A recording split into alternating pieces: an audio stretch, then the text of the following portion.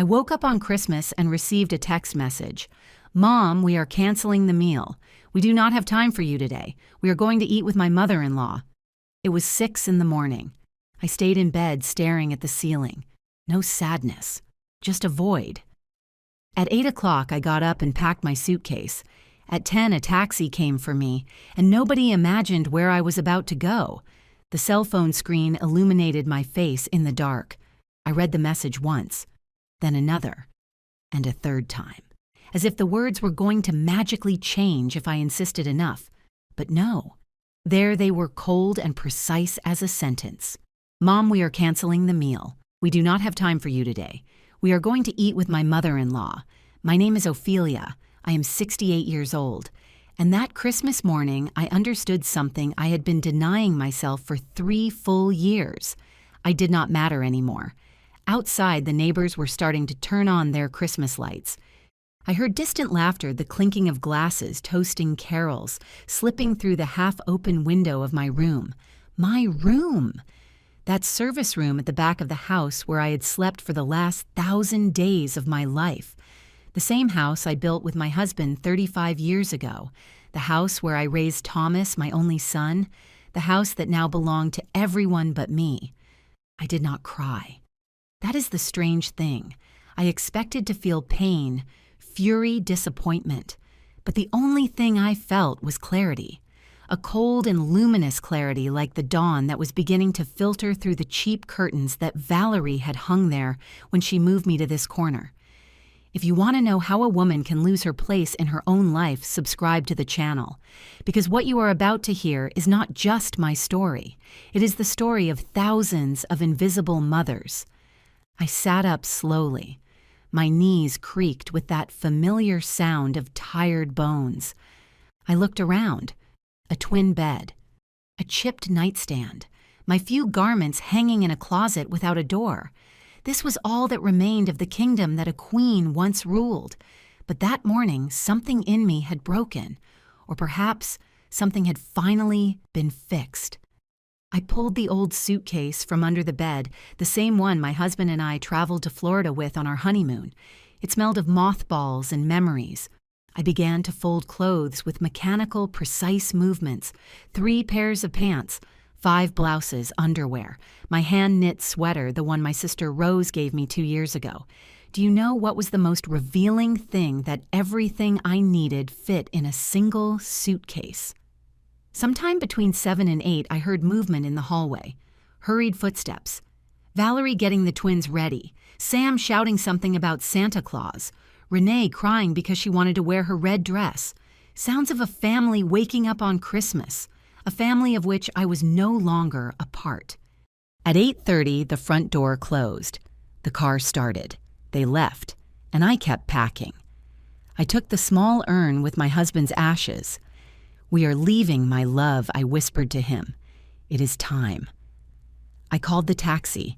The driver said he would arrive in an hour and a half. Perfect. Enough time to close this chapter without fuss or dramatic scenes. I sat on the edge of the bed with my brown coat on the suitcase by my feet, and for the first time in years, I allowed myself to remember who I was before becoming the shadow of this house. Ophelia Margaret, widow of Davis, elementary school teacher for 32 years, mother of a son who once looked at me as if I were his hero, wife of a man who made me feel valuable until his last breath. At what moment had that woman turned into the unpaid nanny, into the maid of her own house, into the nuisance that could be canceled with a text message? The taxi horn honked outside exactly at 10. I stood up. I took my suitcase. I closed the door of the service room for the last time. I left a letter on the dining room table. Only 3 lines. I left. "I need to remember who I am without you. Do not look for me." The taxi driver helped me with the suitcase. "To the airport, ma'am?" he asked. "Yes, to the airport." As the taxi advanced through streets decorated with ornaments and garlands, I looked at the house for the last time. That 2-story house with a front garden where I had planted bougainvilleas that now climbed up to the roof. The windows were closed dark as if the house itself had surrendered. Family visit. The driver asked, trying to fill the silence. I barely smiled. Something like that. I did not know that would be the last time I would see that house as a resident. I did not know that what I had just started would change everything forever, because sometimes the only way to save yourself is to disappear, and I had just become a ghost. How did I lose my place in my own family? If someone had told me 5 years ago that I would end up sleeping in the maid's room of my own house, I would have laughed in their face. But the truth is that no one strips you all at once. They take away little pieces so small that you do not even realize you are disappearing. It all started 3 years ago when Thomas arrived one April afternoon with that nervous smile I had known since he was a child. The same smile as when he broke the vase in the living room at 8 years old, or when he failed math in middle school. "Mom, there is someone I want you to meet." Valerie walked into my living room as if she were walking onto a runway. High heels, fitted dress, that sweet perfume that flooded the entire space, straight dark hair falling perfectly over her shoulders. Magazine smile. She extended her hand with perfectly manicured nails and said, "Mrs. Davis, I have heard so much about you." I was still wearing the apron with which I had been preparing meatballs. I had flour on my hands. I felt small in front of her, even though I was the one in her own house. I should have paid attention to that first sensation. By October of that year, they were already married. "Intimate wedding," they said. "Mom, it is just that Valerie wants something simple without so much drama." I, who had dreamed of organizing my only son's wedding, ended up as just another guest sitting in the third row of a rented garden, watching a coordinator I did not know direct everything. But the worst was not that. The worst was what came after.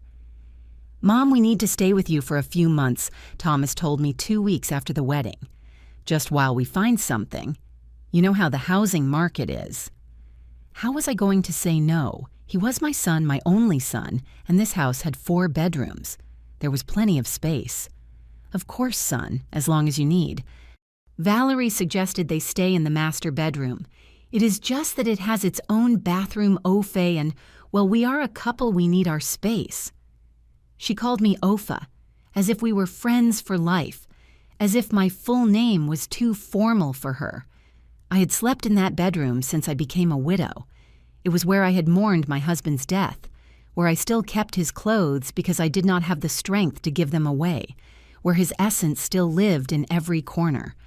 Of course I heard coming out of my mouth, "I will move to the guest bedroom."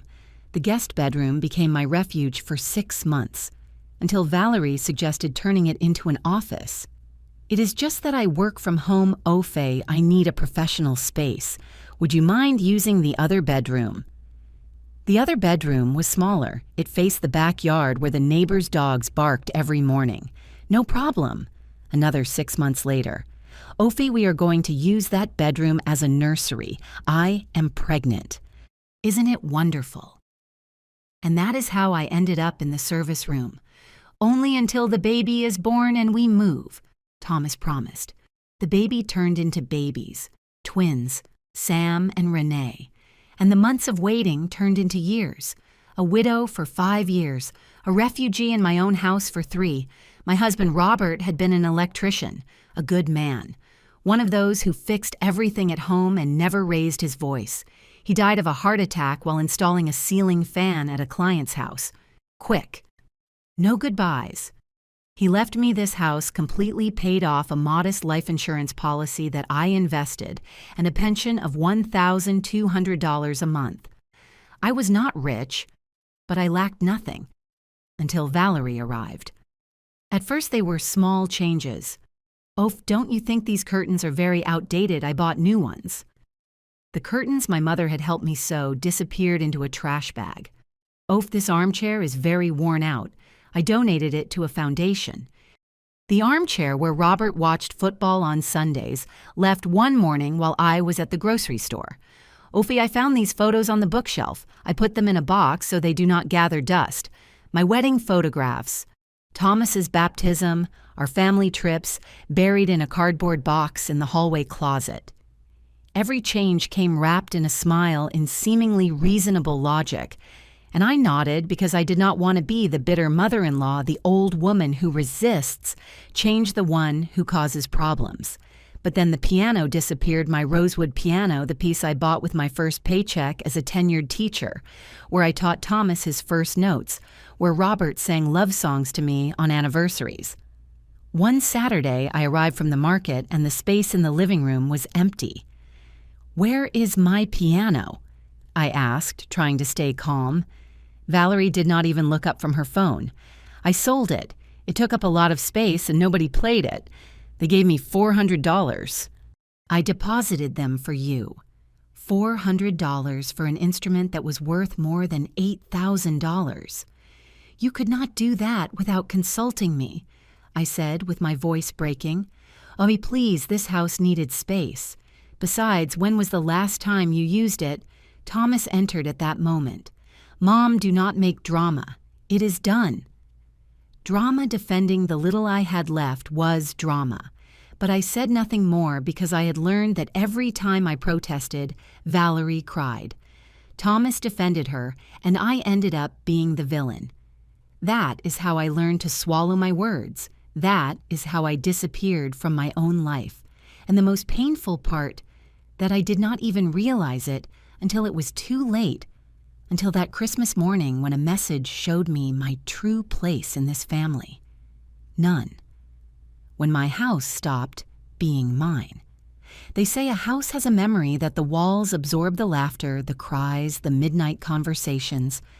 If that is true, then my house must have cried with me while it watched how they stripped it of its soul. After the piano came the porcelain figurines. My mother had inherited me a complete collection of hand-painted porcelain. There were 20 pieces that she herself collected over 40 years, each one with its history, its origin, its meaning. They were in a wooden display cabinet in the dining room, protected behind glass, that I cleaned every Sunday with almost reverential care. One afternoon, I returned from my monthly medical appointment and the cabinet was empty. The porcelain, I asked, with my stomach tied in a knot. Valerie was feeding the twins in the kitchen. She did not even turn around. "Oh yes, I had a garage sale last Saturday. Everything sold. I got $150. We needed that space for the children's toys. $150 for my mother's legacy. Valerie, those pieces belong to my mom. You had no right." She finally looked at me with that expression she had perfected, innocent surprise, mixed with slight annoyance. "Oh, nobody told me they were important. They look like simple ornaments gathering dust. Besides, the children need space to grow. We cannot live in a museum." Thomas entered with Sam in his arms. "What is happening now?" "Your wife sold your grandmother's porcelain." He shrugged. "Mom, they were old things. You cannot hold on to the past all your life. Old things. His grandmother's legacy reduced to old things." That night, in my service room, I made a mental list of everything that had disappeared in 2 years. The rosewood piano, $400 from a real value of $8,000. My mother's porcelain, $150 from an incalculable value. The silver tea set that Robert gave me on our 25th anniversary, gifted to Valerie's cousin. The wicker rocking chair where I nursed Thomas, sold online for $40. The embroidered curtains in the trash. My father's mahogany bookshelf donated to a school. My vinyl records of old ballads disappeared without explanation. But what hurt me the most was the watch. Robert's gold watch. A Swiss piece his father gave him when he graduated from high school. My husband wore it every day of his life until he died. I kept it in a small velvet box inside my nightstand drawer, along with his wedding ring. One morning, I looked for the box, and it was not there. I checked every drawer, under the bed, between the clothes. Nothing. "Has anyone seen a small velvet box?" I asked at dinner. Valerie bit into a piece of chicken before answering. "The dark blue box, yes. I took it for repair. The watch was broken. It was not broken, and I did not give you permission to touch it." "Ophi, relax. I just wanted to help." Thomas told me it was his dad's watch, and I thought it would be nice to restore it. Where is it? At the jewelry store downtown. You can pick it up whenever you want. I went the next day. The jeweler looked at me confused. Velvet box. No watch like that has arrived here, ma'am. I called Valerie. It is not at the jewelry store. Silence on the other end. Then, oh, how strange. Maybe I left it at another one. I will check my notes and let you know. She never let me know. The watch never appeared. And when I asked again, weeks later, she told me the dry cleaner probably lost it or something like that she did not remember well. That watch was worth at least $2,000, but its sentimental value was priceless, and I knew in the bottom of my soul that Valerie had sold it. The house also changed physically. The walls I had painted in warm colors, yellow in the kitchen, olive green in the living room, were repainted gray and white. Neutral colors au fait, more modern. The hand-painted tiles in the kitchen that Robert and I chose with such care were covered with special paint. It is more hygienic. The clay pots I had in the garden were replaced by minimalist cement planters. Even my plants were changed. My red geraniums, my daisies, my poinsettias in December. All replaced by succulents and shade plants that Valerie considered more aesthetic for photos. Because of course Valerie uploaded everything to her social media. Photos of my beautiful house, my renovated space, my lifestyle. My house turned into her Instagram stage. The family photographs that managed to survive the first purge ended up stored in boxes. They clash with the minimalist decoration Valerie explained. In their place, abstract paintings bought at IKEA, motivational phrases in English framed. Nothing that spoke of us, of our history, of the 3 decades that Robert and I invested building this home.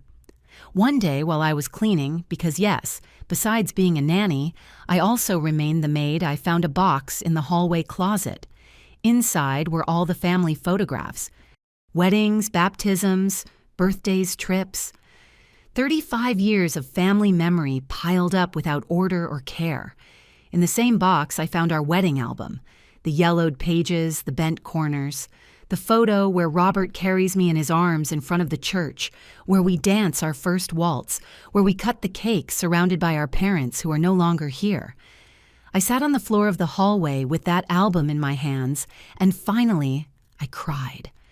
I cried for the piano that no longer played songs, for the porcelain that would never return, for the watch that marked my husband's time until his last heartbeat, for the walls that no longer recognized my voice, for the house that had become a pretty shell but empty. I cried for the woman I was and that I let disappear without a fight. But I was not ready to react yet. I still thought that if I was patient, if I did not cause problems, if I made myself tiny and invisible, maybe I would recover something of what was lost. I did not know that the worst was still to come.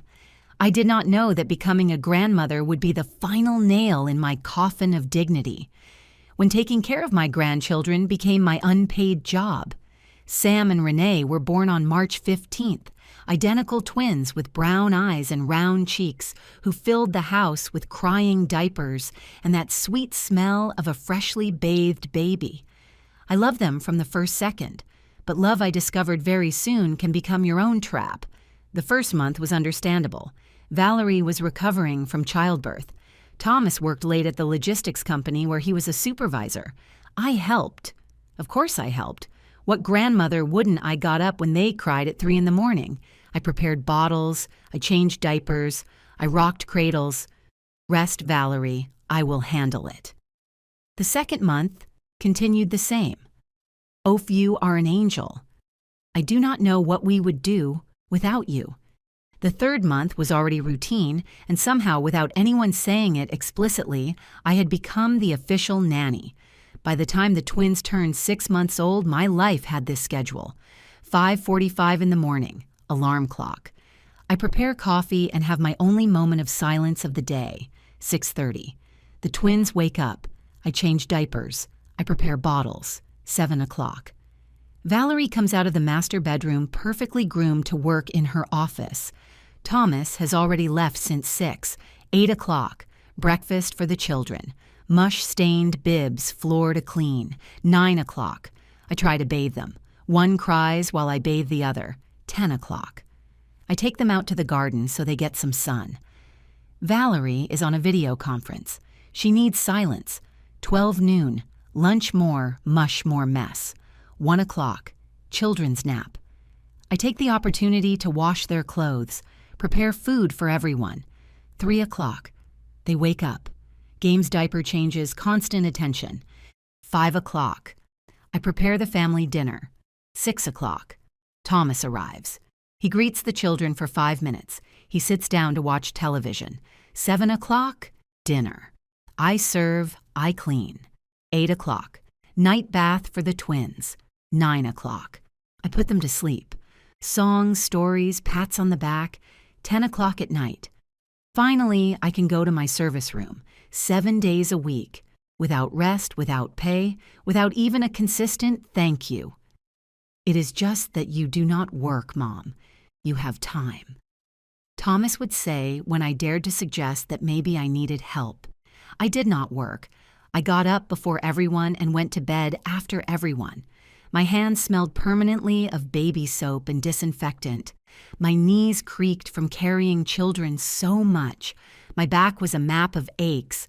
But no, I did not work. Valerie did work. From her air-conditioned office with her laptop and her gourmet coffee doing, honestly, I never quite knew what. Something related to social media for companies. What I do know is that when the twins cried, she closed the door. "Oh, Faye, can you see what they need? I am on an important call." She was always on an important call. The weekends were worse. Thomas and Valerie went out. "Mom, we need couple time. You understand." And I stayed with Sam and Renee from Saturday morning until Sunday night. When the twins turned 1, they were already walking and the house was a constant battlefield. One climbed on the sofa while I ran to prevent the other from sticking fingers in the socket. They ate 3 times a day and every meal meant cleaning walls, floor their faces, their hands, their clothes. My pension of $1,200 went on diapers, wipes, medicine when they got sick. Because yes, when they needed Tylenol at 2 in the morning, it was I who went down to the 24-hour pharmacy. "Oof, I will reimburse you," Valerie would say. She never did. The previous Christmases had been especially cruel. I bought the gifts for the twins with my savings. I wrapped every toy with care. I wrote the cards. And on Christmas morning, Thomas and Valerie delivered them as if they had bought them. "Look, Sam, this is from Dad and Mom." I observed from the kitchen preparing the turkey that no one would appreciate watching my grandchildren hug their parents for gifts I paid for. The first Christmas like that, I thought. Well, they are their parents. It is logical. The second Christmas, maybe next year they will take me into account. The third Christmas was the one with the message, the one with the taxi, the one with the awakening. But before that definitive morning, there was a moment that broke something inside me. A moment I will never be able to forget. It was my 68th birthday. 3 months before that Christmas. Valerie organized a family gathering at my house. She invited her mother, her sister, 2 cousins. She also invited my sister Rose, who traveled from Santa Fe, thinking it would be a celebration for me. The living room was decorated with pink and gold balloons. There was a table with snacks, wine, beer. Everything looked beautiful, until I realized that I was not the honoree. "Welcome to my house," said Valerie, receiving the guests as hostess. "My house." Her mother, a lady with dyed blonde hair and too much jewelry, sat in the main armchair. "What a beautiful home you have, daughter." I was in the kitchen heating the pastries I had been preparing since 5 in the morning. No one introduced me formally. No one toasted to me. No one mentioned it was my birthday. Rose found me washing dishes.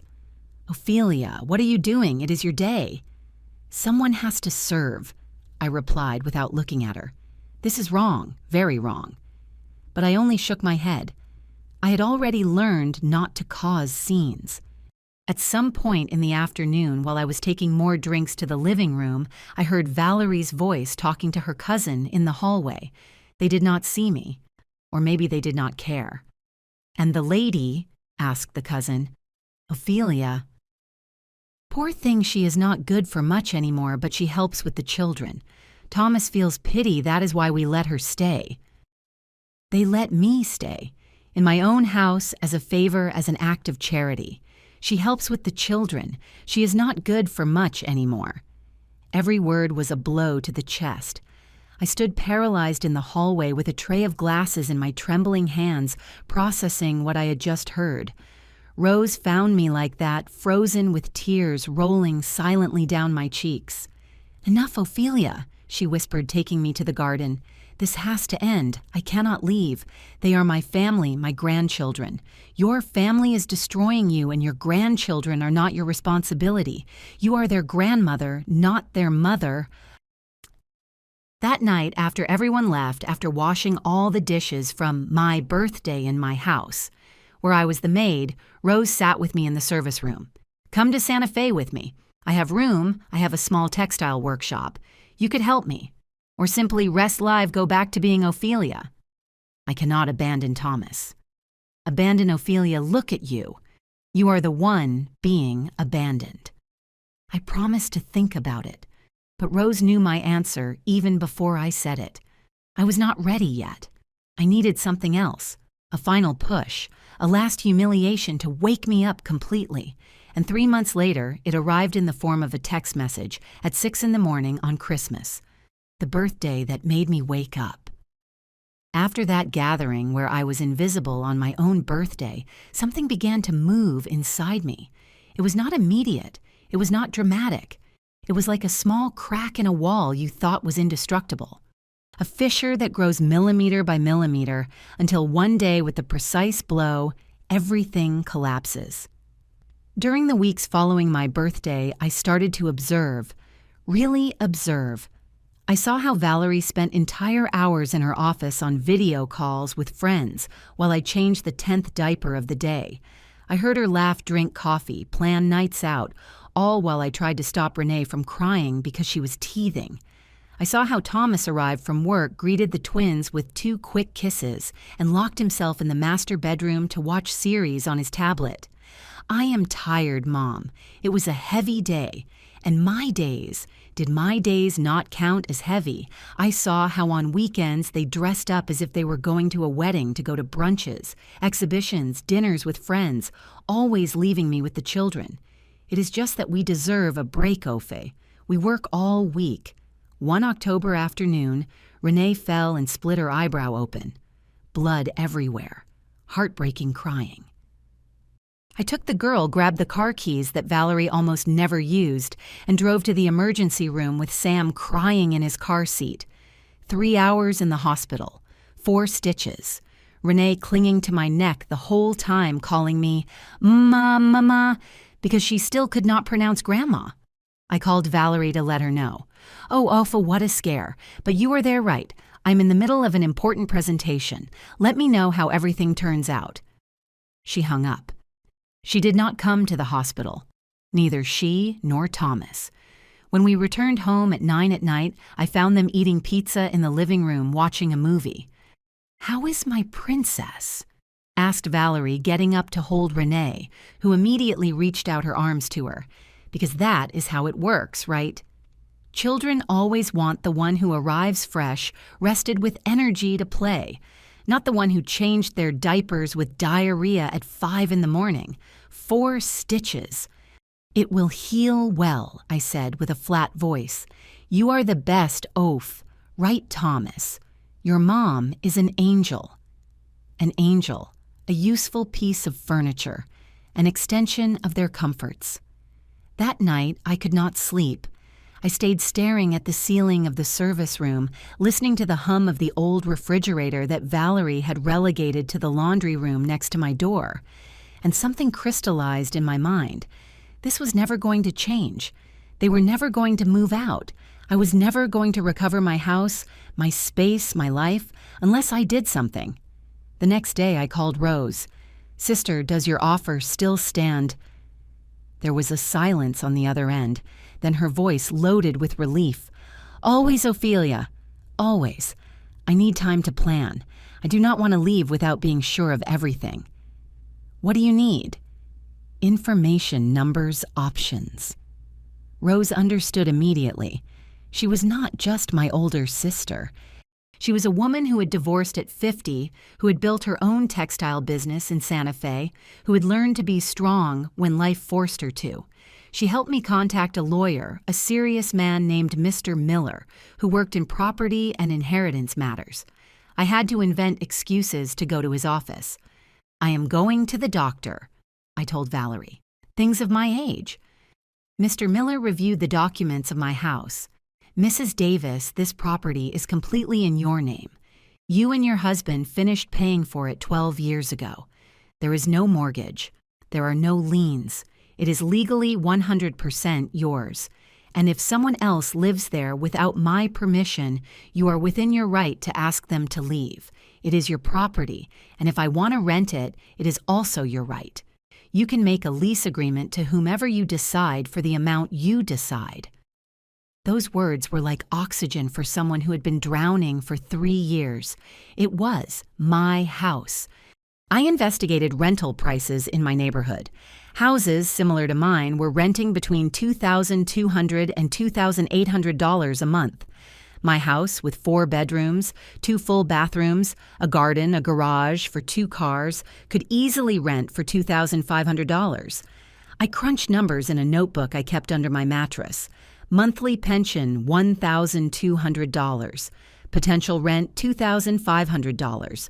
Total monthly, $3,700. Current savings, $45,000, what was left of Robert's insurance, after 3 years financing diapers and expenses that were not mine. With that money, I could live. I could breathe. I could be myself again. Rose sent me photos of her house in Santa Fe, a 2-story adobe construction in the historic district near the plaza. "The upstairs room is yours if you want it. It has a view of the street the sun comes in all morning. And on the ground floor is my workshop. You could help me if you want, or simply rest without pressure. For the first time in years, I imagined a different life. Waking up without the twins crying, drinking coffee without having to warm bottles, walking through cobblestone streets, maybe taking a class in something I liked. Ceramics, I had always been interested in working with clay. During November, I took important documents out of the house little by little. My birth certificate, the deeds, the insurance papers, photographs I still valued. I took them to my neighbor's house, Mrs. Higgins, a 75-year-old woman who lived alone and understood more than she said. Problems. Alfie, she asked me one day while storing a box with my things in her closet. "Changes," I replied. She nodded. "Sometimes changing is the only thing that saves us." I opened a new bank account at a different bank than the one I used. I transferred my savings little by little so Thomas would not notice strange movements. He had access to my old account in case you need anything, Mom. In reality, it was so Valerie could check how much money I had left. I bought a plane ticket to New Mexico for December 25th. Departure at 2:30 in the afternoon. Arrival at 4 o'clock. I wrote a letter. I rewrote it 10 times. Finally, I left only 3 lines. More would have been giving them explanations they did not deserve. And I waited. December arrived with its characteristic cold of the city. The streets filled with Christmas lights, vendors of hot chocolate carols on every corner. Valerie decorated the house with a minimalist tree of white branches and silver ornaments. None of the colored ornaments I had collected for decades. Those had also disappeared. This year, we are going to do Christmas big, Valerie announced mid-month. I am going to invite my family. Of course, her family. I helped cook. I helped clean. I helped wrap gifts that they would buy and put under the tree as if they were theirs. On December 23rd, Valerie mentioned casually, "Ophi, my mom wants us to spend Christmas at her house. She says she prepared a special dinner." I felt the floor move under my feet. And me. "Well, you can come if you want. Although, the truth is, my mom made a reservation at a restaurant and the cover charge is a bit expensive. But if you want to chip in, of course, you are welcome. Chip in. To go to a Christmas dinner with my daughter-in-law's family as a guest who must pay for her place. Let me think about it," I said. That night, Thomas entered the kitchen while I was washing dishes. "Mom, do not be difficult about the dinner. Valerie just wants to spend time with her family too. You understand, I understand. Those two words I had heard hundreds of times to justify every abuse, every dispossession, every humiliation. Of course, son, I understand. And in that moment, looking at my wrinkled hands submerged in soapy water, hands that had worked without rest for 68 years, I knew. I was ready. On the morning of the 24th, Valerie was getting the twins ready to go buy last-minute things. "Oh, Faye, can you come with us? I need you to carry Renee while I look for a gift I missed." "I cannot. I have to go to the bank." To the bank on Christmas Eve. "They close early. It is urgent." I went to the bank. I took out $5,000 in cash. The rest would remain safe in my new account. That night, while they ate turkey and eggnog at the mother-in-law's house, I finished packing my suitcase in the service room. I went to bed early. I set my alarm for 5:45 in the morning, and at 6:00 in the morning on December 25th, my phone illuminated the darkness with a message that no longer surprised me. "Mom, we are canceling the meal. We do not have time for you today. Today we are going to eat with my mother-in-law." I read the message 3 times. I smiled, and I began the last chapter of my life as a prisoner. What no one saw coming. For 3 full months from that humiliating birthday until Christmas morning, I was 2 people at the same time. On the outside, the submissive grandmother, the silent servant, the invisible old woman who changed diapers and washed dishes without complaining. On the inside, a woman who planned her escape with the precision of a military strategist. Every document I rescued was a small victory. The house deeds I took out one Tuesday afternoon while Valerie was at the beauty salon. They were stored in a filing cabinet in the office that used to be my guest room. I opened the drawer with trembling hands. I found the brown folder with the notary seal and put it in my grocery bag between packages of lentils and cans of beans. Nobody checks an old woman's grocery bag. The birth certificate, my vaccination card, Robert's life insurance papers, the photographs I loved most, my address book with numbers of relatives I had not seen for years. Everything left little by little, piece by piece, as if I were dismantling my own life before they finished doing it. Mrs. Higgins. My neighbor never asked me direct questions. She simply opened the door, prepared chamomile tea, and stored my boxes in her wardrobe without saying a word. But one day, while we drank that tea in her kitchen full of plants and light, she took my hand with her fingers full of wrinkles and age spots. When my husband died, she said with a soft voice, "My children wanted to sell me the idea of moving in with them. They said it was for my own good, that a woman alone cannot take care of herself. But I knew the truth. They wanted my house, my pension, my time. So I did what you are doing. I stayed here in my territory, and I set limits for them. It is not selfishness, Ophelia. It is survival." I cried that day in her kitchen. I cried for everything I had lost and for everything I was about to recover. Mr. Miller explained every legal detail with patience. "Mrs. Davis understand this very well. Your son and your daughter-in-law are residents without a contract. Legally speaking, you can evict them at any time. But if you want to avoid major family conflicts, I suggest another route. Which one, turn them into tenants. Present a formal lease agreement. If they accept and pay, perfect. If they do not accept, you can recover your property through a legal process. And if you decide to go live somewhere else, that rental income will be yours, stable every month." The idea was brilliant. I was not kicking them out like a villain. I was giving them options. Options that, of course, would force them to face reality. Nothing in this life is free, not even your mother's generosity. I investigated prices until exhaustion. I went on the internet at the public library pretending I was looking for cooking recipes. I wrote down every piece of data in my secret notebook. Houses similar to mine in the neighborhood, their prices, their features. A 3-bedroom house on my street, $2,000 a month. One with 4 bedrooms, 2 blocks away, $2,600. One with a garden like mine, $2,450. I decided on a fair but firm price, $2,200 a month. It was not the highest in the market, but it was not a giveaway either. It was what any tenant would pay for a property like this, and if my own son did not want to pay, then someone else would. Rose and I spoke every other day, short calls from pay phones or from Mrs. Higgins' house. "Everything is ready here," my sister told me. "Your room has new sheets. I bought a rocking chair for you to sit and read by the window. And in the workshop, I have a space in case you want to learn to dye textiles. But without pressure, Ophelia. Here you come to live, not to work. Live." How much time had passed since I really lived? I opened the new bank account one Friday afternoon.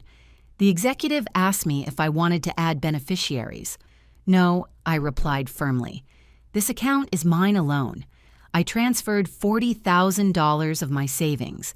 I left only $5,000 in the old account, the one Thomas monitored, enough so he would not suspect anything strange, but not so much that he could steal it if things got ugly. Because I had learned something important during those 3 years of humiliation. When someone has taken everything from you without remorse, there is no limit to what they might do if they feel threatened. I bought the plane ticket in cash. The young lady at the counter looked at me strangely when I took the bills out of my old coin purse. "Christmas gift?" she asked, trying to be kind. "Something like that," I smiled. "Flight AM 432, departure 2:30 p.m. on December 25th. Destination Santa Fe, New Mexico. Seat 18F by the window. A single checked suitcase." The last 2 weeks of December were the longest of my life. Every day I felt someone would discover my plan, that Thomas would find the missing papers, that Valerie would check my room and see the half-packed suitcase hidden under the bed, that the twins would say something innocent but revealing. But nobody noticed anything, because to notice me first, they would have to see me. And I had been invisible for so long that my presence no longer registered on their radars. On December 23rd, I packed the essentials, clothes for warm weather. The Southwest is warmer than the city, my blood pressure medication, the toothbrush, the hand cream Robert gave me on our last anniversary and that I had kept unused, waiting for a special occasion. This was the special occasion. I kept the urn with Robert's ashes in my handbag. It weighed more than I remembered. "We are going together, love," I whispered, wrapping the urn in a soft sweater, as it should have always been. I wrote the letter on the night of the 24th after they went to dinner with Valerie's family. I sat on the bed in the service room with an old lamp that flickered and wrote with my trembling but clear handwriting. "I left. I need to remember who I am without you. Do not look for me." 3 lines, nothing more. Because any additional explanation would have sounded like a plea or a justification, and I no longer owed explanations to anyone. I put the letter inside a white envelope. I wrote on the front, "For Thomas." I did not mention Valerie. This conversation was between my son and me. I went to bed that Christmas Eve knowing it would be the last night in that house as a resident. I closed my eyes, and instead of feeling sadness, I felt something I had not experienced in years. I felt hope. At 5:45 in the morning on December 25th, my alarm went off in the dark. I dressed in my most comfortable closed jeans, a cotton blouse, a knit sweater, closed shoes. I pulled my hair back in a simple braid. I looked at myself in the shared bathroom mirror for the last time. The woman who returned my gaze had deep, dark circles, wrinkles that were not there 3 years ago, completely white hair. But her eyes, those brown eyes that looked so much like my mother's, shone with something new: determination. At 6 in the morning, the message arrived that I was already expecting.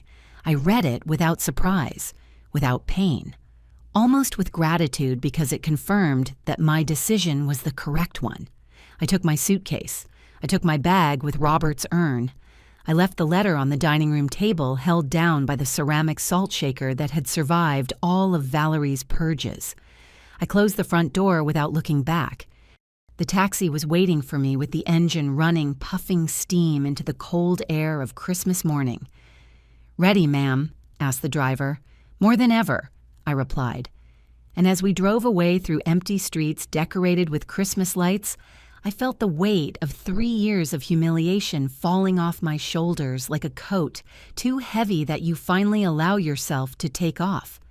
They did not know what was coming, but soon they would find out. When I stopped being a priority. The international airport. It was surprisingly quiet that morning of December 25th. Families scattered here and there, suitcases with Christmas bows, children with new toys clinging to their hands, everyone going somewhere where they were expected, where they were wanted. I was also going to a place like that, only it had taken me 68 years to find it. I checked my suitcase at the counter. The employee, a young girl with a prop Christmas hat, smiled at me with genuine kindness. "Family visit." "A new beginning," I replied. She blinked surprised. Then her smile widened. "How beautiful Merry Christmas, ma'am." Merry Christmas. I sat in the waiting room with my bag on my lap, feeling the weight of Robert's urn inside. Around me, people talked on the phone, sent messages, took photographs. I kept my cell phone off. I did not want to know. Not yet. I thought of the twins. Would they have woken up yet? Sam was always the first, jumping on his bed, shouting that he wanted to open presents. Renee was quieter.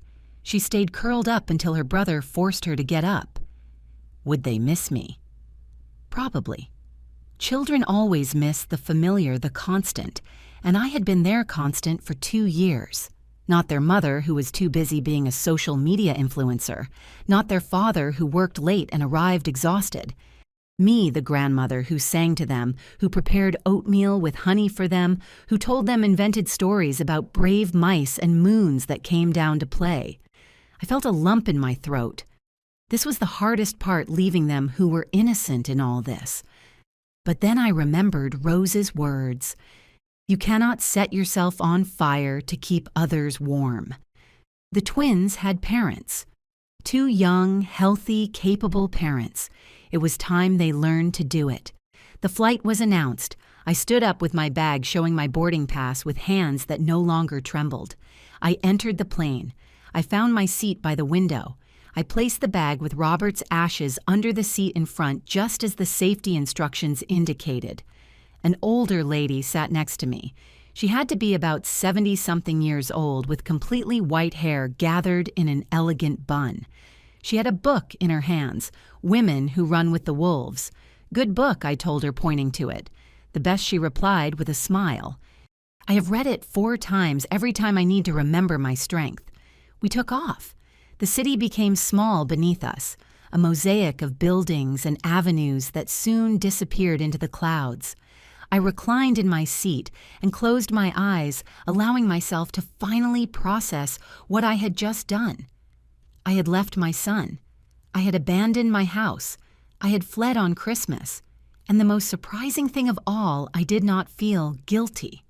I felt free. The flight lasted a little less than an hour. Enough time for my mind to review every moment of the last 3 years, every humiliation, every time I swallowed words I should have shouted, every time I made myself small so they could be big. But I also remembered the good moments, the few there were.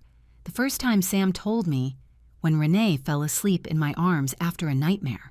The early mornings when the 2 ran to my service room and got under my blankets, filling that cold space with their heat and their laughter. I was not a bad person for leaving. I was a person who had finally learned that loving oneself is not selfishness. It is survival. The plane landed in New Mexico at 4 o'clock exact. The sky was a brilliant blue, the sun warm even in December, so different from the gray cold of the city. Rose was waiting for me in the arrivals area. I saw her before she saw me. She was thinner than I remembered, with short hair dyed a reddish chestnut. She wore an embroidered tunic and jeans. She looked happy, full, like someone who had found her place in the world. When our eyes met, she ran towards me with open arms. Ophelia. She whispered against my hair as she hugged me. You did it. You really did it. And there, in the middle of the Santa Fe airport, surrounded by the smell of local food and the sound of art tourists mixing with locals, I allowed myself to cry, not of sadness, of relief. I came with everything, and Robert, I said, pointing to my bag. Rose laughed through tears. He also deserves a new beginning. The taxi took us through colonial streets of vibrant colors. Yellow houses, pinks, greens, blues, old churches with Baroque facades, people walking without haste, greeting each other, stopping to chat on the corners. Everything was slower here, more human. Rose's house was on a cobblestone street near the center, a 2-story construction with wrought iron balconies and pots full of red geraniums. She took me straight to the second floor. This is your room. It was small, but luminous. A twin bed with a hand-woven quilt in orange and blue tones, a wooden rocking chair by the window that looked out onto the street, a nightstand with a lamp, an antique but solid wardrobe, and on the wall, a picture of a cross. It is perfect, I whispered. Rest today. Tomorrow I will show you the rest, the workshop, the market, everything. But before Rose left, I took her hand. Thank you for not judging me, for not telling me I should go back. And Olivia, I have lived long enough to know that there are moments when the only way to save yourself is to walk away. You did the right thing. That night, while the town of Santa Fe celebrated Christmas with festive music filtering through my window, I sat in the rocking chair with Robert's urn in my lap. We did it, my love, I told him. We saved ourselves. I turned on my phone for the first time since morning. 37 missed calls from Tom, 22 messages, 4 from Valerie. I read them all without opening a single one. I could see the previews. Mom, where are you? Did something happen? We are worried. This isn't funny anymore, one replied. Why did you leave? We need to talk. None of them said, I am sorry. None of them said, I miss you. None of them asked how I was. They all asked where I was, because that was their true concern. Not my well-being, but my location, my availability. I wrote a single message to Tom. I am fine. I am safe. I need time. Do not look for me. I sent it and turned off the phone again. I lay down in that new bed in that room that smelled of cleanliness and old wood in that town I did not know, but that already felt more like home than the servants' quarters where I had slept for 3 years. And for the first time in an eternity, I slept through the entire night without waking up startled by a baby's cry. I slept the way one sleeps when you finally stop carrying the world on your shoulders. I slept like a free woman. When they returned and I was not there, I learned later through my own sister who spoke with our neighbor Esther exactly what happened that night of December 25th when they returned home. It was 8:30 in the evening when Tom's car pulled up in front of the house. Valerie was coming in complaining that her mother had served too much food and she felt bloated. The twins were asleep in their car seats, exhausted after a full day of being spoiled by her family. Tom opened the front door carrying Sam. Valerie walked in behind him with Renee in her arms. The house was completely dark, silent, cold. Mom called Tom, turning on the living room lights. Nothing. They took the twins up to their room. They put them to bed without changing their clothes. Valerie was in a bad mood. She probably went out with a friend. How weird that she didn't leave a note. But something about the silence of the house did not feel normal. Tom went down to the kitchen. There was no smell of food. Not a single dish in the sink. The stove was cold. Everything was exactly as they had left it in the morning. That was when he saw the letter on the dining room table. The white envelope with his name written in my shaky handwriting. He took it with hands that I was told were trembling slightly. He opened it. He read the 3 lines once, twice, 3 times. Valerie. His voice sounded strange. You need to see this. She came down the stairs with annoyance. What is it now? Tom extended the letter to her without saying a word. Valerie read it. She blinked. She reread it. Is this a joke? Look at her room. They walked together down the hallway toward the guest room that doubled as the service room. Tom opened the door. The bed was made with military precision. The small nightstand was empty. The doorless closet showed only bare hangers. Not a single piece of clothing, not a shoe, not a personal object. The shared bathroom had no trace of me either. My toothbrush, my cream, my shampoo, everything had disappeared. She left, Tom whispered. Did she really leave? Valerie let out a nervous laugh. She is exaggerating, playing the victim. She will come back when her tantrum passes. But Tom knew that handwriting. He knew the weight of those words. I left. I need to remember who I am without you. Do not look for me. He took out his cell phone. He dialed my number. Voicemail. He tried again. Voicemail. A third time. Voicemail. Where is she? Why would she do this? His voice rose in volume with every question. Tom, calm down. It is Christmas. She couldn't have gone very far. But by 11 at night, after 47 unanswered calls, after checking every room in the house, looking for a clue after calling the nearby hospitals, asking if a woman matching my description had been admitted, panic began to set in. Tom called Rose. My sister, bless her heart. She answered on the third ring with a sleepy voice. Aunt Rose, it is Tom. Have you heard anything from my mom? Why are you calling me at this hour, Tom? My mom disappeared. She left a letter. It says she left. Is she with you? There was a calculated silence on the other end. Rose knew how to act. She left to where? That is what I am asking you. No, I have not heard anything from her for weeks. Did you check the hospitals? Yes, she is not in any of them. My God, Tom, what did you do to her? That question fell like a stone in still water. What did we do to her? Nothing. We just told her that today we would eat with Valerie's family. On Christmas. Yes, we left her alone on Christmas. She could have come if she wanted. Rose let out a sigh that sounded like deep disappointment. Find her, Tom, and when you find her, you better beg for her forgiveness on your knees. She hung up. Tom let himself fall onto the living room sofa, that gray minimalist couch that Valerie had bought, to replace the one my husband loved. He held his head in his hands. This is your fault, he told Valerie. My fault. Why is it my fault? Because you have treated her like a servant since we arrived here. I didn't force her to do anything. She offered to help all the time. Because she had no choice. Because we took her house, her space, her life. This is your mother, Tom, not mine.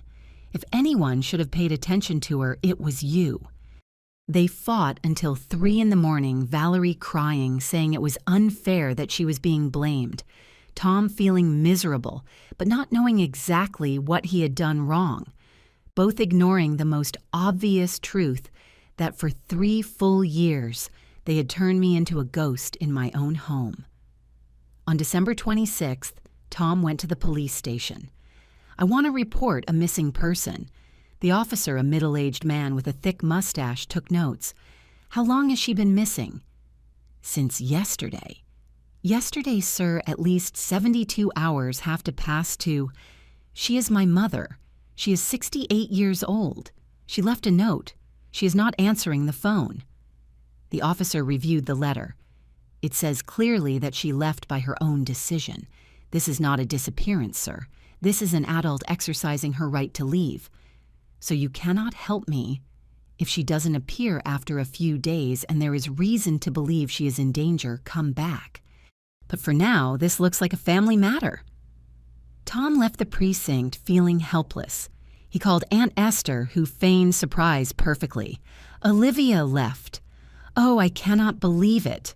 Although lately I saw her very quiet, very sad. Sad. Why would she be sad? Esther looked at him with something resembling pity. Son, when a woman loses her place in her own home, how do you think she feels? On the afternoon of December 27th, I finally turned on my phone. Rose was by my side in her living room drinking herbal tea. Ready? I nodded. I wrote the message I had rehearsed mentally. I am fine, I am safe, I need time, do not look for me. I sent it to Tom and turned off the phone again before seeing his reply, but Rose had not turned off hers. 3 minutes later, it rang. Aunt Rose, did you speak with her? She just texted me too. Where is she? I don't know, Tom. She only says she is fine. I need to talk to her. The twins miss her. Renee cries at night asking for her grandma. Rose looked at me. I shook my head. She understood. Tom, give her time. I think your mother needs space to think. Think about what did we do that was so terrible? Rose sighed. That is exactly the question you should be asking yourself. But instead of asking me, you should review the last 3 years of your life and find the answer yourself. She hung up. She took my hand. You are shaking. It is harder than I thought.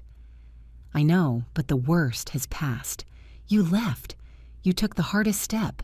Now comes the part where you build your new life. That night in my luminous room, smelling of burning sage that Rose had used to clear the energy, I asked myself if I had done the right thing. The twins missed me. Renee cried for me. But then I remembered. She would cry for a few days, maybe weeks. Then she would adapt. Children always adapt. And maybe Valerie and Tom would learn to be the parents their children needed. Because I had already raised my son. It was not my job to raise theirs.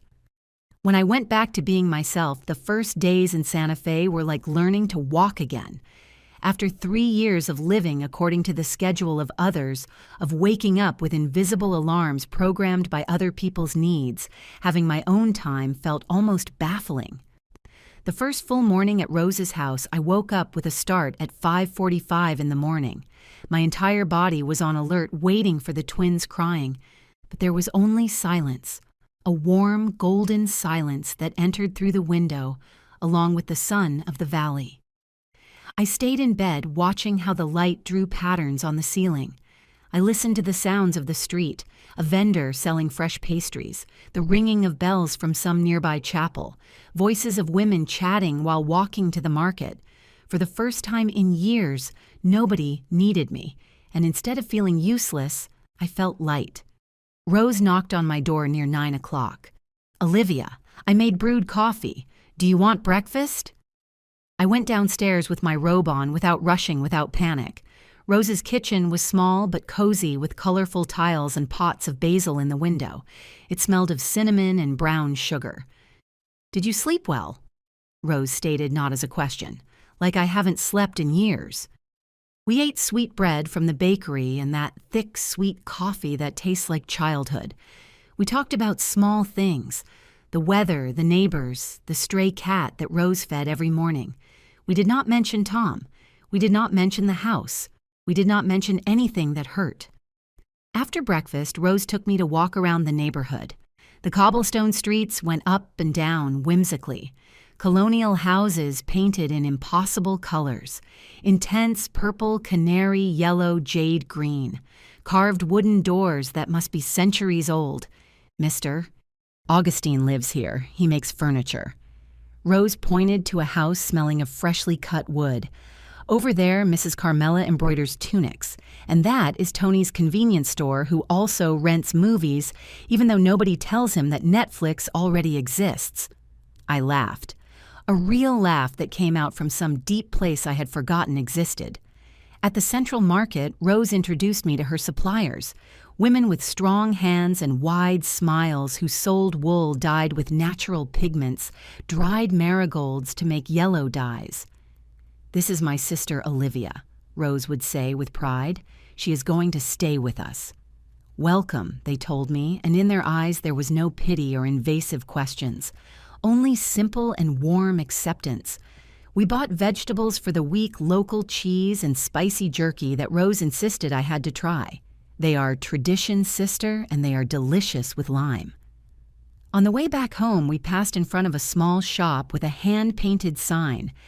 Pottery workshop classes on Tuesdays and Thursdays. I stopped in front of the window display. Inside, there were beautiful pieces, plates decorated with native designs, vases with organic shapes, mugs with textures that begged to be touched. You always wanted to do pottery, Rose remembered. 30 years ago when Tom was little, but I never had time. Now you have it. We went inside. The place smelled of wet earth and that particular aroma of clay. An older man with an apron stained with mud welcomed us. Good afternoon. Were you looking for something specific? Information about the classes. I said before thinking too much. Tuesdays and Thursdays from 4 to 6, $50 per class. Materials included. First class free to try. I looked at Rose. She nodded with that smile that said, do it. Sign me up for next Tuesday. We walked back in silence, but it was a comfortable silence. Rose carried the vegetables. I carried in my purse a flyer with the workshop information and something I had not felt in a long time. Excitement for something that was coming. That afternoon, while Rose worked in her textile studio on the ground floor, I sat in my rocking chair with a new notebook I had bought at the market. I started to write. I didn't know exactly what I just let the words flow. I wrote about the rosewood piano, about my mother's china, about Robert's watch that never appeared, about 3 years of being invisible. I cried while I wrote. But they were not tears of self-pity. They were tears of liberation, like when you drain an infected wound and it can finally begin to heal. The following Tuesday, I went to my first pottery class. There were 6 of us, 3 older women like me, a retired gentleman, and 2 young girls studying design. The teacher Arthur taught us the basics, how to prepare the clay, how to center it on the wheel, how to feel its movement under our hands. My first attempts were disastrous. The clay wobbled, went off center, ended up being a deformed lump. But Arthur just smiled. Pottery teaches you patience. You cannot force the clay, you have to work with it. By the 3rd class, I managed to make a small bowl, imperfect with uneven walls, but mine, completely mine. You did it, celebrated one of the ladies whose name was Susan and was 72 years old. Your first piece, you will always remember this one. She was right. The weeks passed. January turned into February. I established my own routine, not imposed. I woke up when my body was ready. I ate breakfast without rushing. I helped Rose in the studio when she needed extra hands to sort wool or pack orders. I went to my pottery classes twice a week. I began to create a plate, a cup, a small vase. Each piece was a piece of me that I was recovering. Susan became my friend. She was also a widow, had also gone through complicated children. My daughters wanted me to sell my house and go live with them. She told me one day while we worked together on our pieces. I told them over my dead body. Now I live alone. I see them when I want, and I am happy. They got angry at first, but they got over it. Don't you feel guilty? Guilty of what? Of taking care of myself. Of choosing me, Olivia. I spent 50 years taking care of others. I earned the right to take care of myself. Her words were like a balm on wounds that were barely beginning to close. In March, Arthur organized a small exhibition in a gallery downtown. Everyone is going to show their best piece. It is only for family and friends, nothing formal, but it is important to celebrate our work. I chose a set of 3 bowls I had made, each one slightly smaller than the previous one, decorated with simple but elegant lines in cobalt blue. I called them Rebirth. Rose invited her friends from the market. Susan brought her niece. The retired gentleman brought his new boyfriend. The design girls invited half their college class. The gallery was small with white walls and clay floors. My 3 bowls were on a shelf illuminated with a sign, Olivia Reyes Rebirth. A woman stopped in front of them, observing them with attention. They are beautiful. They have something. There is hope in these pieces. Thank you, I managed to say with a cracked voice. I sold the 3 bowls that night for $80. It wasn't much money, but when that woman paid me in cash and thanked me for creating something so special, I felt something I hadn't felt in years. I felt that I had value. That night, back home, Rose opened a bottle of artisanal wine. For you, sister, for your rebirth. We toasted under the stars on her small terrace, and while the wine warmed my throat and the old town breathed around us, I knew with absolute certainty that I had made the right decision. I hadn't run away from my life. I had run toward it. What happens when the one who holds everything together leaves? While I blossomed in the valley, back in the city, everything was falling apart. I found out the details later through conversations Rose had with Tom, through what neighbor Esther observed from her window, through the desperate messages my son left on the voicemail of a phone that I turned on only once a week. The first week without me was pure chaos. Tom tried to hire a nanny. He posted ads in Facebook groups asked at work called agencies. The first candidate arrived on a Monday morning. She was a young girl of about 25 years with impeccable references. She lasted exactly 3 days. The children are very demanding, she told Tom when she quit. And your wife, she is at home all day but expects me to do everything. That was not what we agreed on. The second nanny was a lady in her 50s with 20 years of experience. She lasted a week. Your wife talks to me as if I were her personal employee, she explained. She asked me to bring her coffee, to heat up her food, to wash her clothes. I came to care for children, not to serve an adult. The third one didn't even finish the first day. She left mid-morning with the twins crying and Valerie yelling at her that she was incompetent. By February, there were no nannies available. The residential area where we lived wasn't that big, and Valerie's reputation as an impossible employer had already circulated. Valerie had to take charge of the twins, completely. No intermediaries, no escape. The first few days she tried to maintain her work routine. She locked herself in her office with the children playing outside, hoping they would entertain themselves. But Sam and Renee were 2.5 years old. They did not entertain themselves. They needed constant attention. Mom, Mom, Mom. They screamed, banging on the office door. Her video conferences were filled with interruptions. Annoyed clients delayed projects, warnings from her boss. I cannot work like this, she yelled at Tom one night. Your children don't let me concentrate. They are our children, Valerie, and before my mom took care of this. And what do you want me to do? Go to Santa Fe and beg her to come back? Maybe. But Valerie's pride was bigger than her practical sense. The household bills began to arrive. Utilities $200, water $80, gas $120, internet and streaming $150, phones $90. Tom looked at them confused. Were they always this high? I don't know, your mom always paid them. With what money? Valerie shrugged. With her pension, I guess. What they didn't know is that I didn't just pay for utilities. I paid for the bottled water they drank daily, the twins' diapers when they ran out midweek, the medicine when they got sick at dawn, the extra gas when they ran out and had guests, the special detergents that Valerie demanded for the children's clothes. Small expenses that added up easily reached $400 or $500 a month out of my pocket. Without me, those financial holes became evident. We need to adjust the budget, Tom announced one night while they ate takeout for the 5th time that week. Valerie looked at him with annoyance. Adjust how we don't go out anymore, we don't do anything. This house has become a jail. Well, that is how my mom felt for the last 3 years. That sentence provoked a fight that lasted until 2 a.m. The twins noticed the tension. Sam, who had always been cheerful, became irritable. He threw tantrums over anything. Renee stopped sleeping well. She woke up crying, asking for her Grandma. Where is Grandma? She asked every morning. Grandma is on a trip. Valerie responded with impatience. When is she coming back? I don't know, Renee.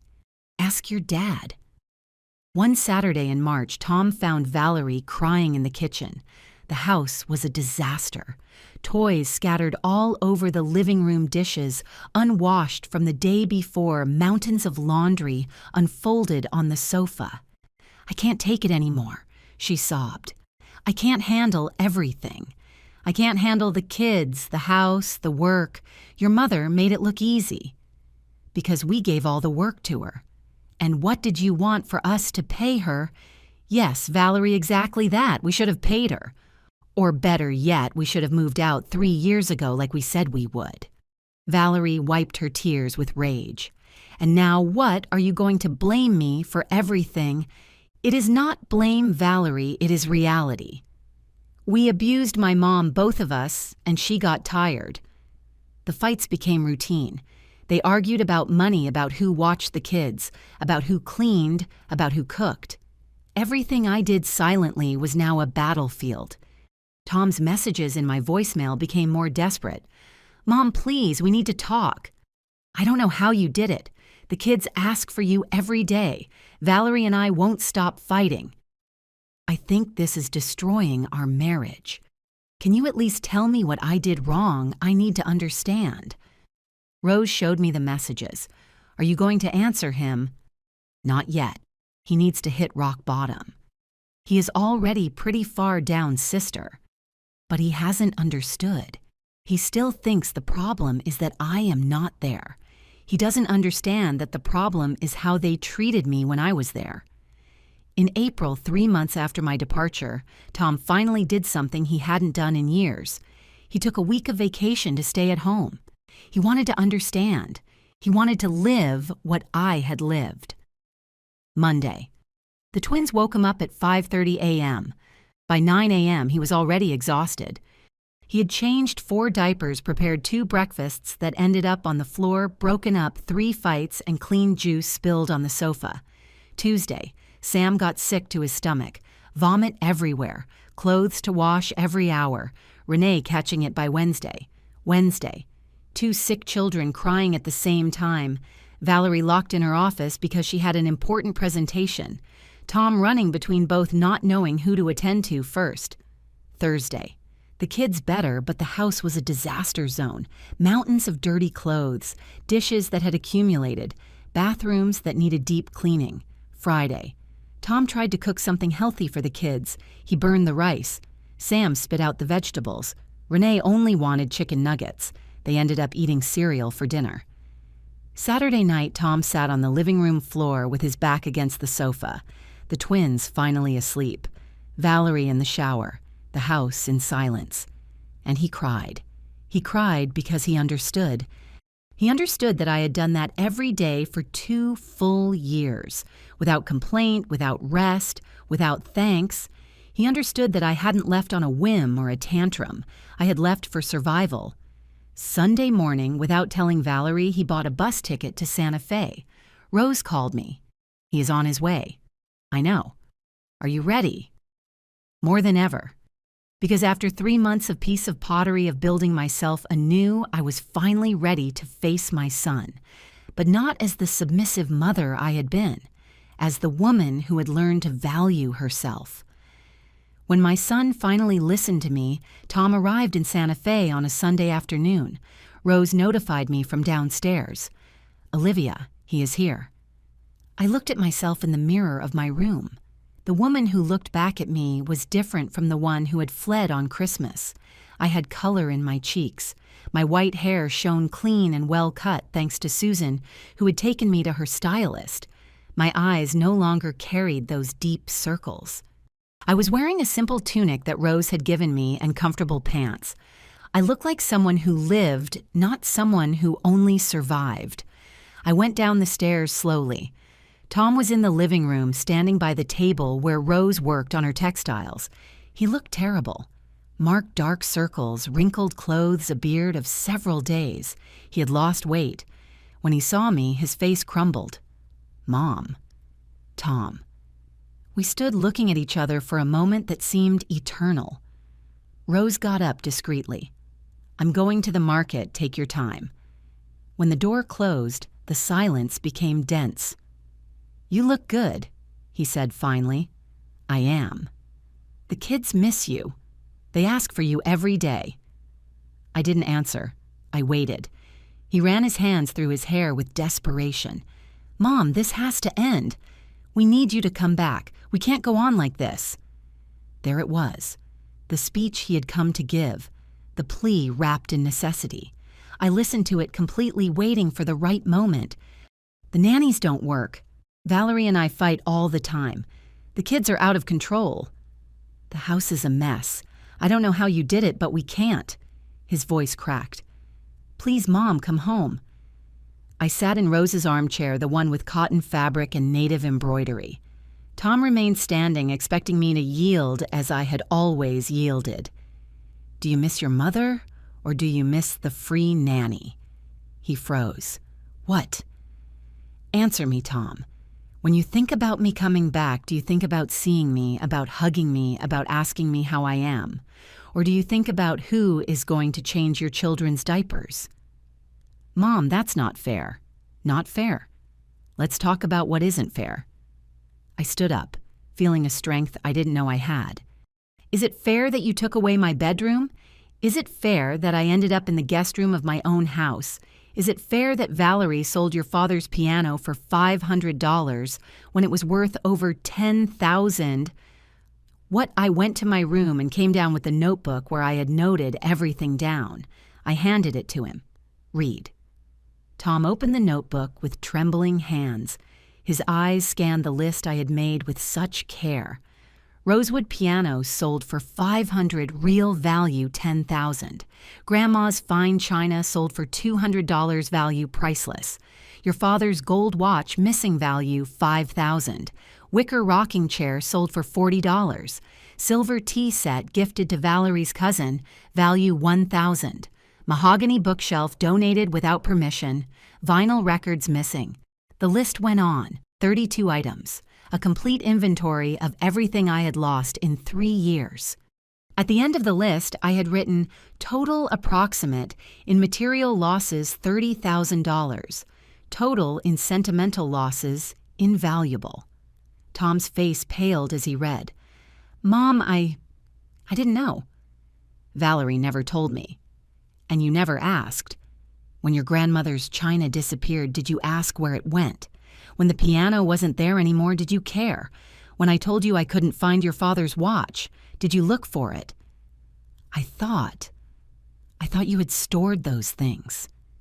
I stored them for years, Tom, with care, with love, because they were our family history, and your wife sold them as if they were flea market trash. He let himself fall onto the armchair. My God, and that is only the material stuff. Do you want to talk about the rest? I sat in front of him, looking him directly in the eyes. 2 years taking care of your children from 6 in the morning until 10 at night, 7 days a week. Without a single day off, without a salary, without even a constant thank you. You said you wanted to help. Help Tom not be exploited. Helping is a few hours a day, a few times a week. What I did was raise your children because neither you nor Valerie wanted to do it. That's not true. You what? How many times did you bathe the twins? How many nights did you get up when they cried? How many times did you take them to the doctor? Tell me, Tom. Give me a number. Silence. I will tell you. 0. The answer is 0. Because every time your children needed something, you handed them to me, as if I were their mother and not their grandmother. I worked all day, and I didn't work right, because taking care of kids isn't work. Cleaning isn't work. Cooking isn't work. Washing mountains of clothes isn't work. My voice rose in volume. Do you know how much a full-time nanny costs Tom between $3,000 and $4,000 a month? I did that for free for 2 years. 24 months. That is nearly $100,000 you owed me. He did the math mentally. His face crumbled even more. And yet, I continued, and yet I could have endured it if you had at least treated me with respect. But you made me invisible in my own house. Remember my birthday 4 months ago. Your birthday? He started confused. Valerie organized a family gathering in my house. She introduced her mother as the guest of honor.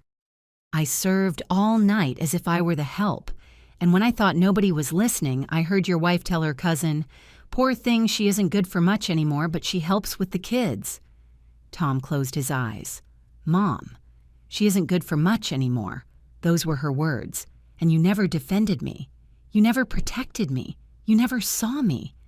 Tears began to roll down my son's cheeks. "I am sorry. God, Mom, I am so sorry." "What exactly are you sorry for? That I left, or how you treated me?" "Everything. I'm sorry for everything." He wiped his face with his hands. "You are right. About everything. We were selfish. I was selfish. I let Valerie take control of your house, and I said nothing. I let them take away your space, and I thought you were fine because you never complained. I complained Tom many times, but you silenced me. You told me not to exaggerate, not to make drama, to understand. I know. And it was wrong. It was all wrong." He kneeled in front of me, something he hadn't done since he was a child. "Mom, forgive me, please. Forgive me for not seeing you, for not listening to you, for leaving you alone on Christmas, for everything." I looked at him, really looked at him. I saw my adult son crying like when he was little and fell off his bicycle. I saw the man I raised, whom I educated, whom I loved, with every fiber of my being. But I also saw the man who had allowed them to destroy me. "I accept your apology, Tom, because you are my son, and I love you. But that doesn't mean things will go back to how they were before." "What do you mean?" I took a deep breath. "It means that if I want to be part of your life again, it will be on my terms. Not on Valerie's, not on yours, on mine." "What do you need?" "First, I need you to understand that that house is mine, only mine. The deed is in my name. Your father and I paid for it.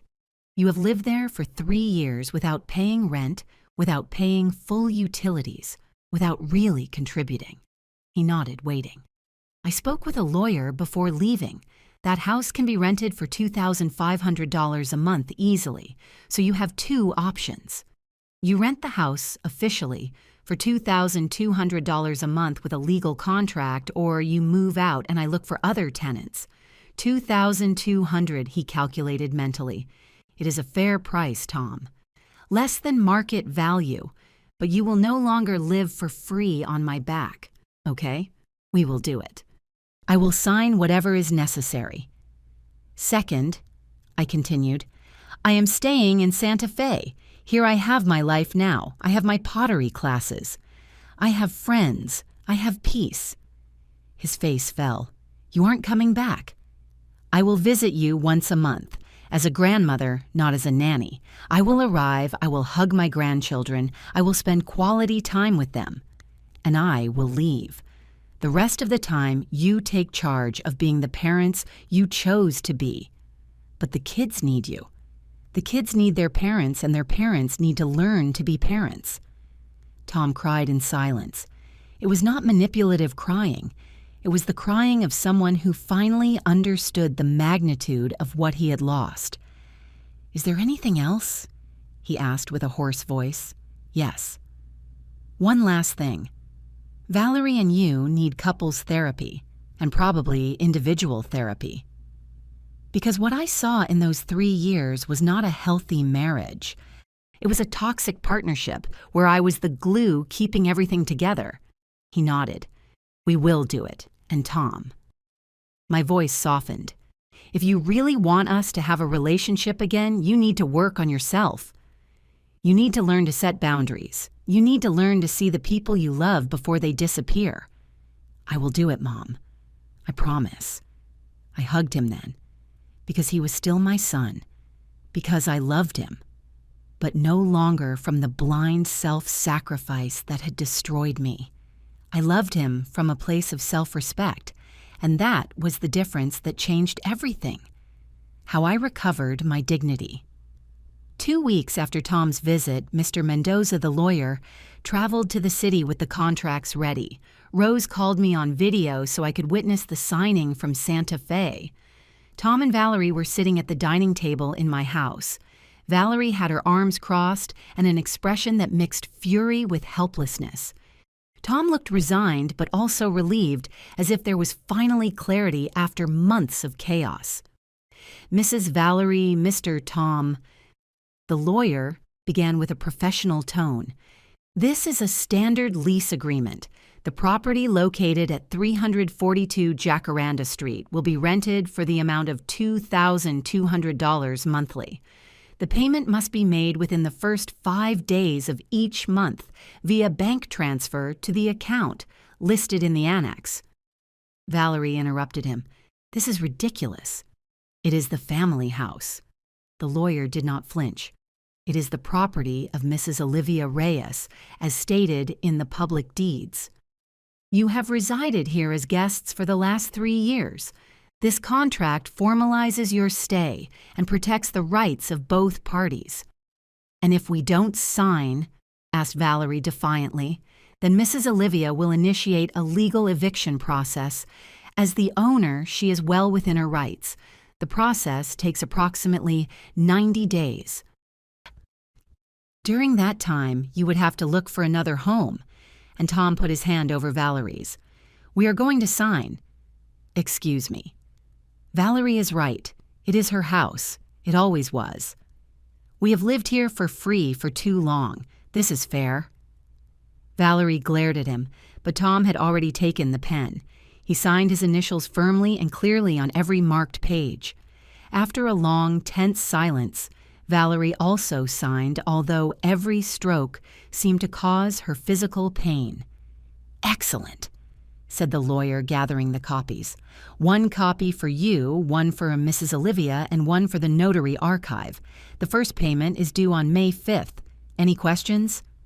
And what happens with repairs? Asked Tom. The heater is acting up. According to the contract, minor repairs are the tenant's responsibility. Major repairs the owner's. You can send a formal report and each case will be evaluated. When the lawyer left, I heard through Rose's phone how Valerie exploded. Are you happy? Your mother turned us into tenants in our own home. It was never our home, Valerie, it was hers, and we treated her so badly that she preferred to go live in another town than stay here with us.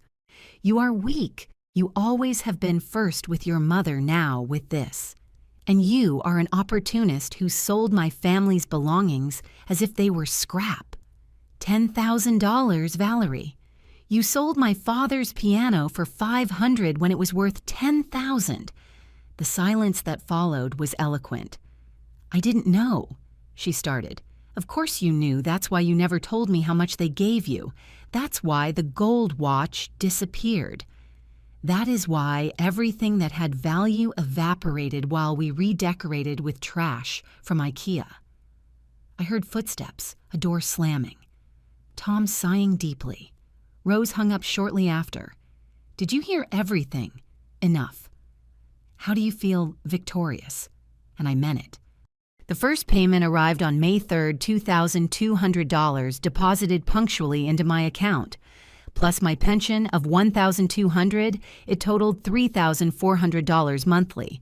With that income, I could not only live with dignity, I could prosper. I increased my pottery classes to 3 times a week. I bought a small wheel to practice at Rose's house. Teacher Arthur invited me to participate in an artisan market that was organized every Sunday in the plaza. Your pieces have something special, Olivia. People connect with them. He was right. Every Sunday, I sold between 3 and 5 pieces. Bowls, mugs, small plates. Nothing too elaborate, but each one made with care and love. I saved the extra money. I already had a plan. In June, Tom kept his word to visit me once a month. He arrived with the twins on a Saturday morning. He had rented a car and driven the 5 hours from the city. When Sam and Renee saw me, they ran toward me screaming, "Grandma, Grandma." I hugged them with an intensity that surprised me. I had missed them, but it was a healthy missing, of a grandmother who loves not of a slave who serves. I missed you so much, I told them, covering their little faces with kisses. We spent the day together. I took them to the market where I bought them carved wooden toys. We ate barbecue at a stand that Rose recommended. I took them to my pottery studio where teacher Arthur gave them clay so they could mold whatever they wanted. Renee made a deformed snake. Sam a circle with holes that he insisted was cheese. Both were full of mud and happiness. "You don't live with us anymore, Grandma?" asked Renee while we ate ice cream. "Now I live here, my love. But I visit you, and you can visit me too." "Why did you leave?" Tom intervened. "Because Grandma needed her own space, and Dad was silly and didn't notice in time. But now we will come to see her often. Okay." The children nodded. Satisfied with that simple explanation, at night after putting the twins to bed in the guest room that Rose had prepared, Tom and I sat on the terrace. "Valerie and I are in therapy," he said without me asking. "How is it going? Hard, painful, but necessary." He took a sip of his coffee. "The therapist made us see that our marriage was built on very fragile foundations. I worked to escape from home. She played at being an influencer to avoid dealing with being a mother. And you were the one holding everything together. And now we are learning." Valerie reduced her work hours to be with the kids more. I arrive earlier. We eat dinner together. We bathe the twins together. It is exhausting, Mom. I don't know how you did it alone. "Because I had no choice. You two took it away from me." He nodded, ashamed. "The therapist also suggested that maybe we need family therapy with you included when you are ready. Maybe eventually. Will you forgive us someday?" I looked at him. My son, my only son, the boy I had raised, taught to walk, to read, to be a good man. The man who had failed me but was now trying to fix it. "I already forgave you, Tom." "But forgiveness does not mean forgetting. It means I no longer carry the weight of resentment, that I chose my peace over my rage." "Thank you, Mom, but listen to me well. I will never live like that again. I will never make myself invisible so others can shine. I will never give so much of myself that there is nothing left for me. I wouldn't ask you to. I promise I won't." In July, I received an unexpected call. It was Valerie. "Olivia." Her voice sounded strange, almost humble. "Can we talk?" "Speak. I need to ask for your forgiveness, for everything. For selling your things, for treating you how I treated you, for making you feel invisible in your own home." She paused. "I have no excuse. I was selfish and cruel. And if I could give you back everything I took, I would. You cannot give it back, Valerie. It is done. I know, but I want you to know that I am trying to be better. With the kids, with Tom. And if one day you can forgive me..." Forgiveness is a process, Valerie. It is not something given automatically because someone asks for it. It is earned with consistent actions, not with pretty words. I understand. Just thank you for listening to me." She hung up. Rose, who had heard my side of the conversation, looked at me with pride. "Look who you are now, strong, clear. Not allowing them to manipulate you. I learned from the best." I smiled, pointing at her. In August, I participated in my first formal exhibition. A small gallery in downtown Santa Fe was showing new artisan voices, and teacher Arthur nominated me. I presented a collection of 12 pieces called Rebirth. Each one represented a stage of my transformation. There was a cracked plate I had repaired with the kintsugi technique, the fractures highlighted with gold dust, a vase shaped like a cocoon opening up, a mug with roots growing from the base. Susan came to the opening. Rose invited half the market. Tom made the trip with the twins to be present. "Look, Sam," he told him, showing him my pieces. "Your grandmother made this. She is an artist. It is pretty," said the boy with sincere admiration. I sold 8 of the 12 pieces that night. The money didn't matter as much as what it meant. Someone valued my work. Someone considered that what I created had enough value to take it home. That night back at Rose's house, I sat in my rocking chair with a cup of chamomile tea. The urn with Robert's ashes was on my nightstand where I always kept it. "We made it, my love," I whispered to him. I found my way back to myself. And while the old town breathed under the stars, while the smell of sage filtered through my window, while the voices of Rose and her friends laughed on the ground floor, I felt something I hadn't felt in years. I felt I was exactly where I needed to be, not in the servants' quarters of a house that no longer saw me, but in my own space with my own life finally being myself. Because sometimes the sweetest justice is not revenge, it is blossoming. Final reflection. A full year passed since that Christmas morning when I woke up with a message that changed my life. Today I am 69 years old. I live in Santa Fe with my sister. I give pottery classes twice a week to other women who, like me, are rediscovering themselves. I sell my pieces at the artisan market. I visit my grandchildren once a month, and I enjoy every minute with them because now I am a grandmother, not a substitute mother. Tom and Valerie continue paying the rent punctually. They are still in therapy. Their marriage survived, although transformed. The twins are learning that having present parents is better than having an exhausted grandmother. Do I regret leaving? Not a single day, because I learned something that every woman should know. Loving yourself is not selfishness. It is the most revolutionary act you can do. When you stop setting yourself on fire to keep others warm, you discover that your own light is sufficient. And that light, the one that shines from self-respect, recovered dignity, and the courage to choose yourself, is the one that finally illuminates the path back home, to your true home, to yourself. If this story touched your heart, leave me a comment telling me where you are watching us from. Has something similar happened to you? Do you know someone who needs to hear this? Subscribe for more real-life stories, and remember, it is never too late to choose yourself. Because true wealth is not in what you possess, but in what you do not allow them to take away. And the most valuable thing you have is you.